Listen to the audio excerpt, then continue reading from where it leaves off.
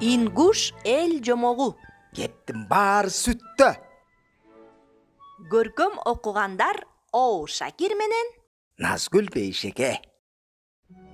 бир атчан өтүп баратат дейт. Анан эле алдындагы аты чалчык сууга келгенде тизелей калат. Эл көрүп турат.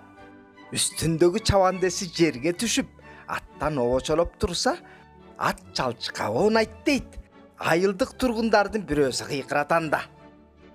Бу эмне шумдук? Жылкы баласы да ылайга ооначып эле.